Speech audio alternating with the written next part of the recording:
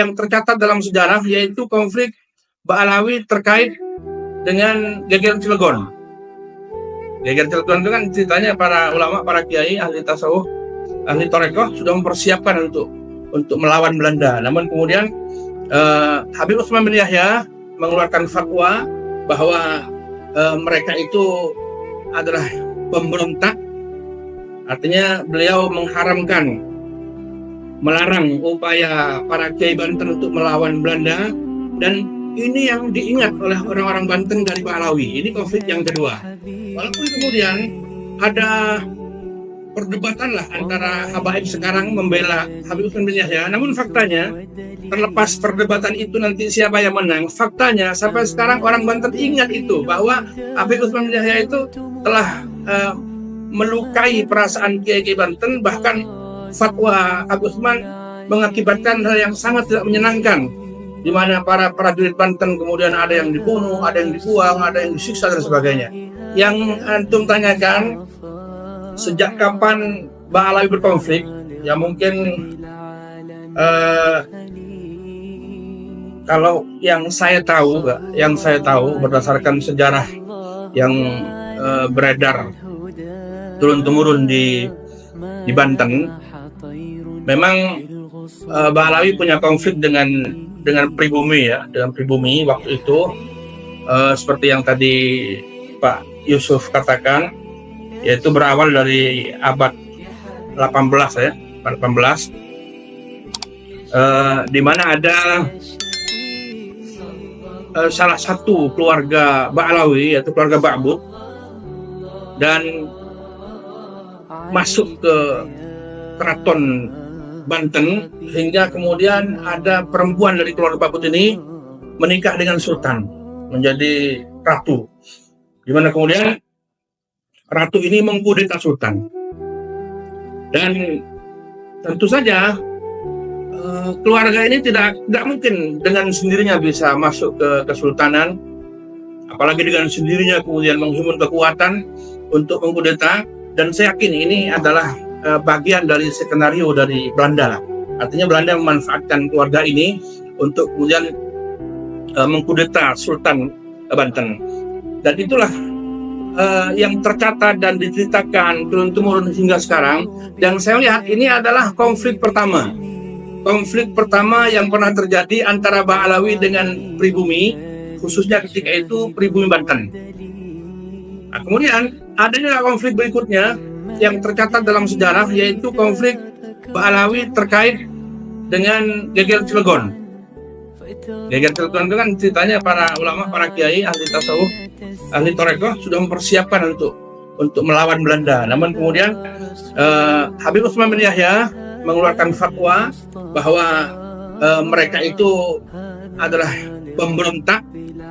Artinya beliau mengharamkan, melarang upaya para kiai Banten untuk melawan Belanda, dan ini yang diingat oleh orang-orang Banten dari Ba'alawi. Ini konflik yang kedua. Walaupun kemudian ada perdebatan lah antara habaib sekarang membela Habib Utsman bin Yahya, namun faktanya, terlepas perdebatan itu nanti siapa yang menang, faktanya sampai sekarang orang Banten ingat itu, bahwa Habib Utsman bin Yahya itu telah melukai perasaan kiai-kiai Banten. Bahkan fatwa Habib Utsman mengakibatkan hal yang sangat tidak menyenangkan, di mana para prajurit Banten kemudian ada yang dibunuh, ada yang dibuang, ada yang disiksa dan sebagainya.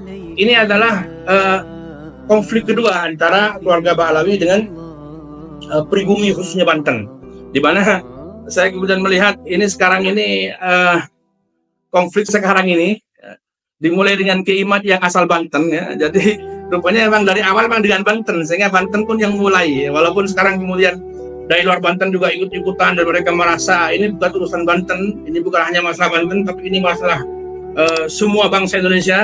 Tapi tidak bisa kita pungkiri bahwa konflik ini memang konflik antara Ba'alawi dengan pribumi, itu bermula antara Ba'alawi dengan orang Banten. Itu yang kedua. Kemudian yang ketiga, dulu orang-orang Banten, walaupun tidak semuanya, khususnya dari keluarga Kesultanan Banten, dulu pernah bersama saya pernah bersama saya mendirikan perhimpunan keluarga Wali Songo. Di mana ketika itu keluarga Wali Songo masih disepakati sebagai Azmat Khan Ba'alawi, bagian dari Ba'alawi. Sehingga ketika muncul satu perhimpunan ini, di mana tujuannya sebetulnya hanya untuk internal keluarga, untuk silaturahim dan untuk sosialisasi manhaj dakwah Wali Songo, kemudian muncul juga di media, maka ketika itu banyak Ba'alawi yang menyerang kami, menghina kami dan sebagainya. Singkat saja saya jelaskan bahwa itu juga merupakan bagian konflik yang merupakan kelanjutan lah, macam serial, seri ketiga, konflik seri ketiga antara Ba'alawi dan orang Banten. Di mana ketika orang Banten muncul, ketika bersama saya untuk menyatukan keluarga Wali Songo, dan kemudian kami ketika itu sepakat menerima dengan versi Ba'alawi bahwa Wali Songo, bahwa Syekh Junaid Kubra itu adalah Ba'alawi dari mereka Azmat Khan. Namun pada akhirnya mereka justru bersikap kurang baik, dan tentunya ini juga membekas di hati orang Banten, khususnya para Tubagus, bahwa mereka sekian belas tahun disakiti oleh Ba'alawi gitu kan. Sehingga ini merupakan rentetan dari sekian konflik antara Ba'alawi dengan orang Banten. Dan kemudian konflik yang ketiga tadi kemudian meledak begitu muncul di media. Habib Bahar mengatakan bahwa Wali Songo tidak punya keturunan. Sebetulnya narasi Habib Bahar sudah lama sering diucapkan oleh oknum-oknum Ba'alawi. Hanya meledaknya ketika Habib Bahar. Dan itulah kemudian yang kemudian orang-orang yang selama ini saya lihat sudah menahan rasa jengkel mungkin. Mereka punya panggung sekarang ini untuk semacam balik mempertanyakan nasab Ba'alawi. Dan sebetulnya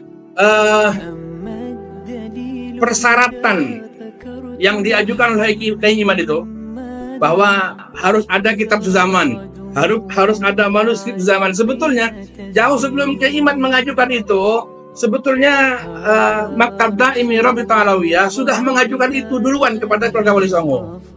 Artinya Wali Songo dipermasalahkan nasabnya ke bawah, dipersulit untuk menerima atau mengakui, yaitu dengan cara harus ada kitab zaman. Ya, harus ada kitab, harus ada manuskrip. Bahkan ada yang bilang harus ada saksi bahwa kamu anak siapa, ayahmu anak siapa, kakekmu anak siapa. Dan sekarang karena saksinya sudah pada mati semua, sudah nggak bisa.